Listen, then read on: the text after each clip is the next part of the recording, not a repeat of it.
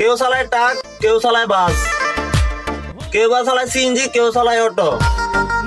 আর বেশি দূর গেলাম না, যদি মাথায় জ্ঞান থাকে বাকিটা আপনারা বুঝবেন। দিন শেষে আমরা সবাই ড্রাইভার, পার্থক্য শুধু এইটাই, কেউ ট্রেডিং প্রাপ্ত আর কেউ টাকা আছে বলে গাড়ি কিনে রাস্তা নেমে গেছো। বুঝো না ডাইন, বুঝো না বাম, নিজের মন করার মতো গাড়ি চালাইতে আসো। একবারও ভাবো না পিছনে গাড়িটা যাবে কোথায়। তার কারণে দিন দিন বাড়তেছে দুর্ঘটনা হার।